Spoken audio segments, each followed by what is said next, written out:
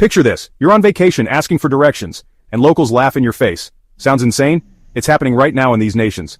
After analyzing 10,000 traveler rants, secret polls, and viral TikTok meltdowns, we're exposing the top 10 rudest countries of 2025, and why number 1 will make you cancel your flight. What's up, world wanderers? It's your boy Briggs, back with a video that's gonna piss off half the planet.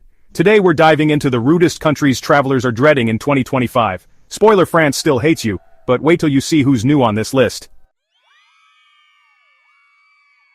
Alright folks, kicking off our list at number 10, we've got Greece, a country known for its rich history, stunning landscapes, and of course, its delicious cuisine. But hold on to your hats, because things aren't all sunshine and rainbows in the land of the gods. Remember when Greece was all about philosophy, sunsets, and chill vibes? Those serene moments by the sea, the golden hues of the sunset casting a magical spell over the islands? Ah, the good old days. Yeah, those days are gone, my friends. Gone. Now it's more like navigating a labyrinth of chaos. The once peaceful streets are now bustling with tourists and locals, all trying to find their way through the maze. These days, ordering a gyro in Greece is like playing Russian roulette with your lunch. You might think you're in for a treat, but the reality can be quite different. You might get a delicious pita, or you might find your lunch taking a one-way trip into the Aegean Sea. It's a gamble every time you place an order. Don't even get me started on the glares. The disapproving looks from the locals can make you feel like you've committed a crime just by being there. Seriously, 40% of travelers in our poll said Greeks stared at them like they personally owed them drachmas from the Ottoman Empire. It's like a historical grudge that never fades. Talk about holding a grudge, the tension can be palpable, and it often leaves tourists feeling unwelcome and out of place.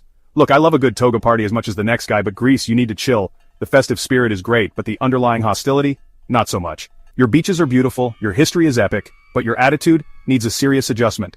Tourists come to experience the beauty and culture, not to feel like they're walking on eggshells.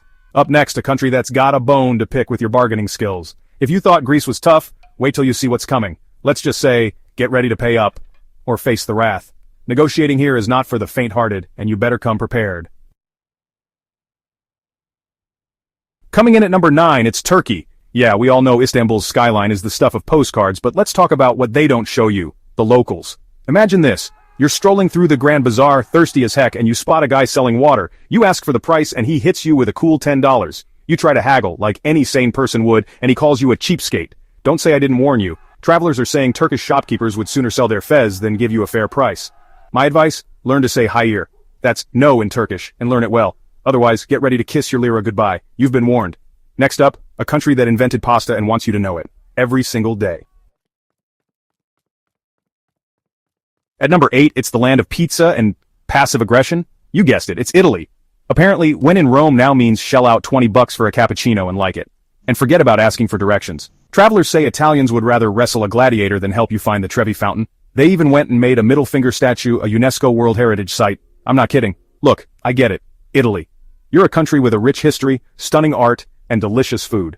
But newsflash, that doesn't give you the right to treat tourists like they're barbarians at the gate.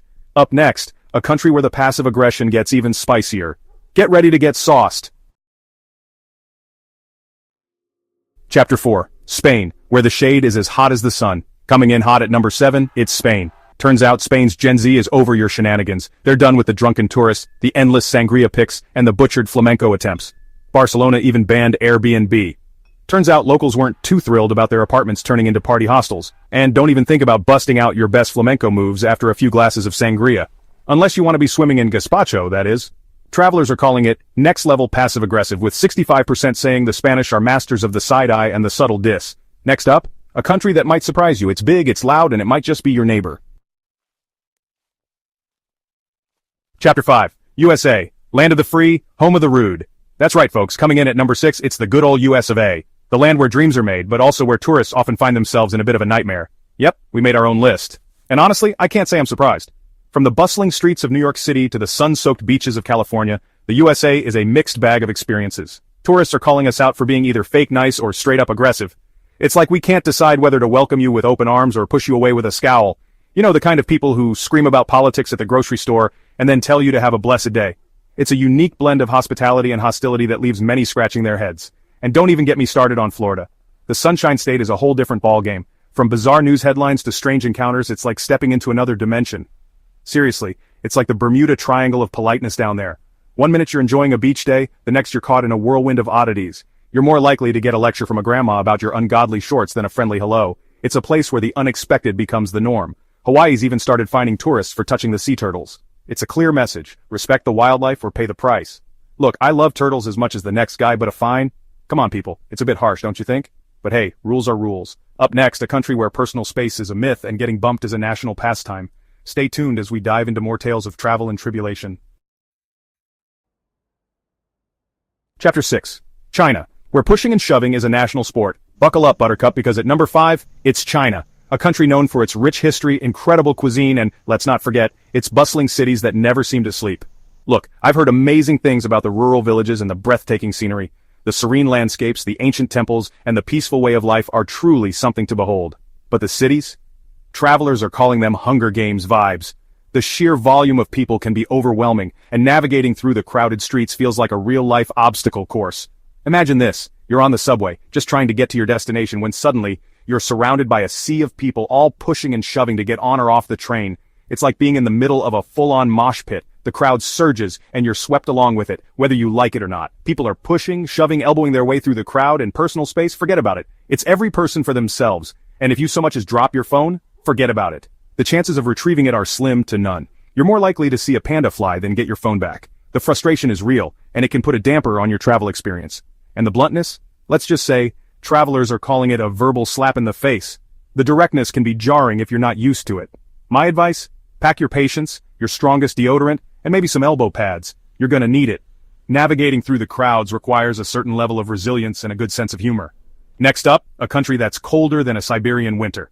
A place where the chill in the air is matched only by the icy demeanor of its inhabitants. And I'm not talking about the weather. Stay tuned to find out which frosty destination we're heading to next. Chapter 7. Russia. Don't smile, don't talk, don't breathe. Coming in colder than a polar bear's nose at number 4, it's Russia. Look, I know what you're thinking. Russians are tough, and yeah, they are. But tough doesn't have to mean rude, right? Apparently in Russia it kinda does. Travelers are saying that getting a smile from a Russian is like finding a unicorn riding a bear while playing the balalaika. It just doesn't happen. One traveler even told us they asked for ketchup with their meal and got a stare that could curdle vodka. And whatever you do, don't even think about mentioning Putin, the weather, or breathing. Seriously, you're better off just nodding and smiling politely. Or, just not smiling at all. Up next, a country where efficiency reigns supreme and jaywalking is a sin against humanity. Chapter 8. Germany, where efficiency is king and kindness is a myth. Zooming into the number 3 spot with the precision of a German-engineered car, it's Germany. Look, we all know Germans are efficient. They invented the word, after all.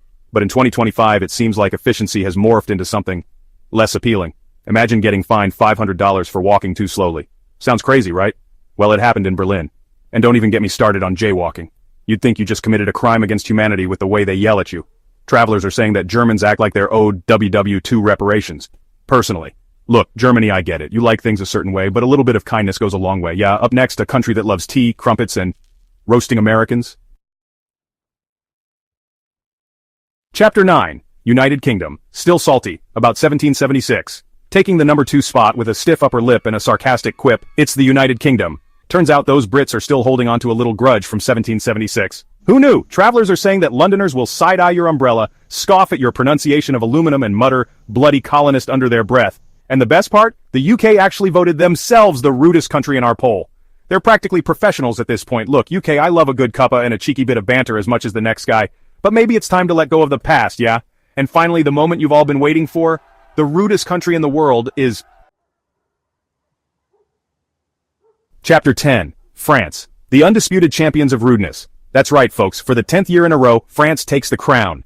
Turns out those baguettes aren't just for show. Parisians are apparently using them as projectiles, launching them at unsuspecting tourists who dare to take a selfie. They've even designated special tourist shame zones, where locals can unleash their inner mime and mock your every move. And don't even think about mispronouncing croissant. 91% of travelers said French servers will treat you like you just insulted their mother if you don't nail that silent T. Look, France, you've got it all. The Eiffel Tower, the Louvre, the croissants. But all that charm goes out the window when you're treating tourists like they're pigeons in the park.